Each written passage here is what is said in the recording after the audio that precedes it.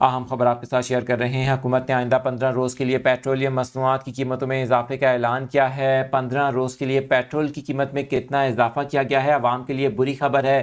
وزارت خزانہ نے نئی قیمتوں سے متعلق نوٹیفیکیشن جاری کر دیا ہے۔ نئی قیمتوں کا اطلاق رات 12 بجتے ہی ہو گیا ہے۔ آج 16 جون 2025 سے نئی قیمتوں کا اطلاق ہو چکا ہے۔ آپ کو بتائیں کہ حکومت نے آئندہ 15 روز کے لیے پیٹرول کی قیمت میں 4 روپے 80 پیسے فی لیٹر کا اضافہ کیا ہے۔ ڈیزل کی قیمت میں فی لیٹر 7 روپے 95 پیسے فی لیٹر اضافہ کیا گیا ہے۔ پیٹرول کی نئی قیمت 258 روپے 43 پیسے فی لیٹر مقرر کی گئی ہے۔